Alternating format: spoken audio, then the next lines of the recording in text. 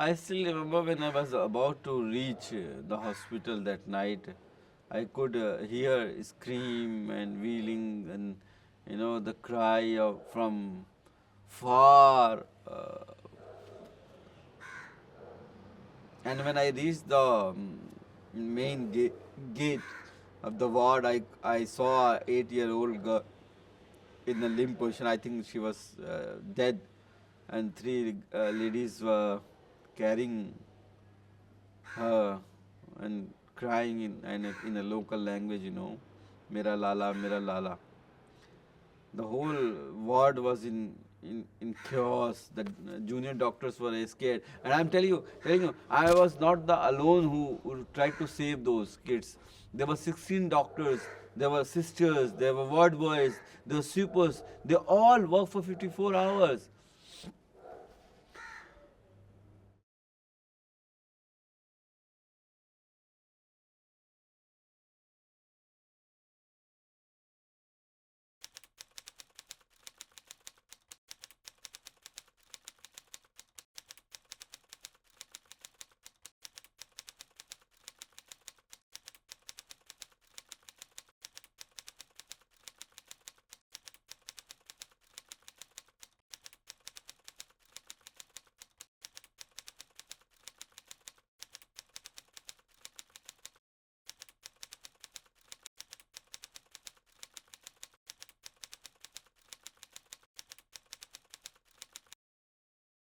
There was 3-year-old girl. Suddenly she stopped breathing, and we tried to resuscitate. We gave Ambu bag, and she started bleeding. The sudden gush of blood from the tube and the nose, the frothing pink color, you can say. We tried hard, and we couldn't save her, and we also cried with the parents. Actually, the sisters and whatever, everybody cried. There were parents who clinged my leg, and they were pleading to save the kids. बचा लीजिए, कैसे ही बचा लीजिए. And we were helpless. Like, we were getting cylinders, but they were finishing very fast. 15 minutes, 1 hour, 2 hours. That's it. Somebody got their kid after 13 years of marriage. Somebody went to Tirupati, and some were agitated also. They held my collar.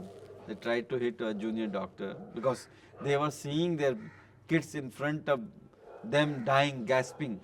I'll tell you one thing. People ask me that Yogi ji has punished you because you are a Muslim or your name is Khan. No.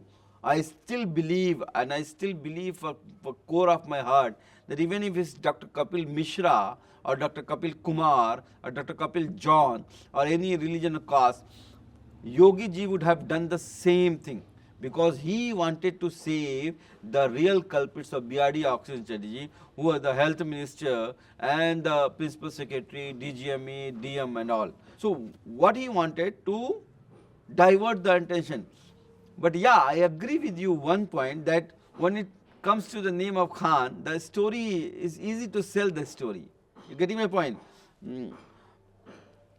So once he said that, oh, तू doctor कफील है, तू सोचता है तू cylinder ला के hero बन जाएगा, देखता हूँ तुझे.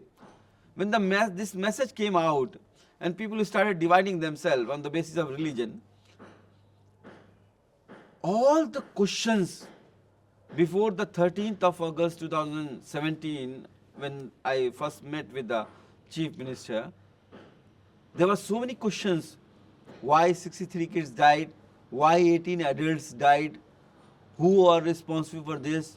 Why the payment was not done? Why oxygen was stopped? So all those questions disappeared suddenly. And only one question. Even today when we are talking, you and me are talking, and when the people are talking about this book, they are talking about me. They're not talking about those 63 parents and those 18 adults.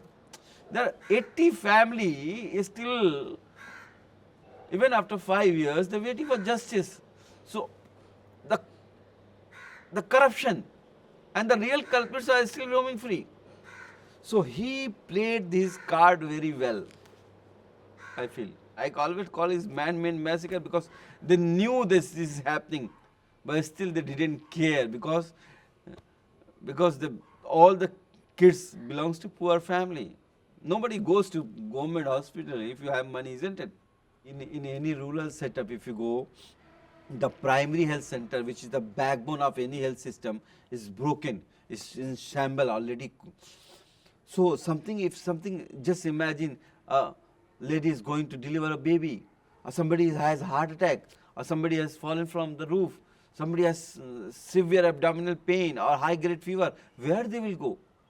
They go to the primary health center that is closed. They had to travel 50 kilometers to go to the district hospital. There they say, no, we don't have facility, go to the medical college. So they had to travel 200 kilometers to reach medical college. Half of them die on the way, and those who are lucky to reach medical college, they had to struggle for medicine, they had to struggle for bed, they had to struggle for oxygen. The most painful part was that I myself couldn't see my kids growing. Every day there is a danger that I could be arrested again. Especially after writing this book, there is a threat. My wife, no, she's a dentist. She left her work. She has to stay home. We became refugee in our own country. I still remember when I was arrested, it was a Eid ul-Adha, that Bakrid, and my wife and my sister-in-law was at home alone. I was in prison.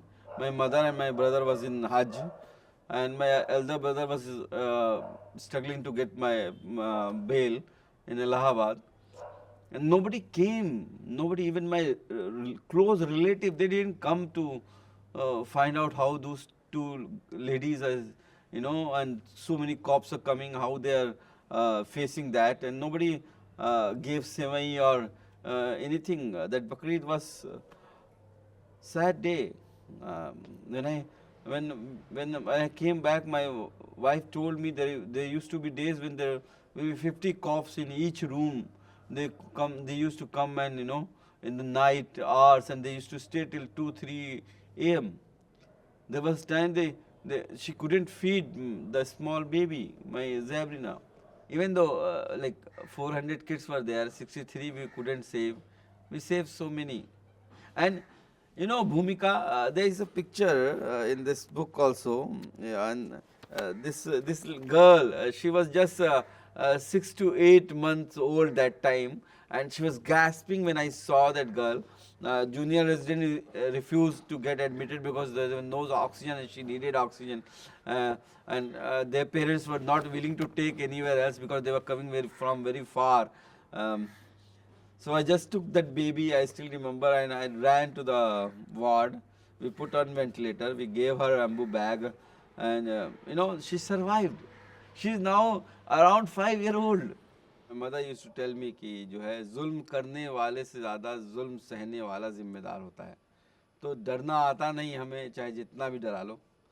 हर बार एक नई ताकत से उठेंगे, चाहे जितना भी झुका लो. All other staff, who never spoke about this, they got their job back. But for me, if I do that, I feel I won't be able to answer myself. I won't be able to sleep. I won't be able to justify that, because I have seen those kids dying in front of me. For me, that is one thing that I can't do that.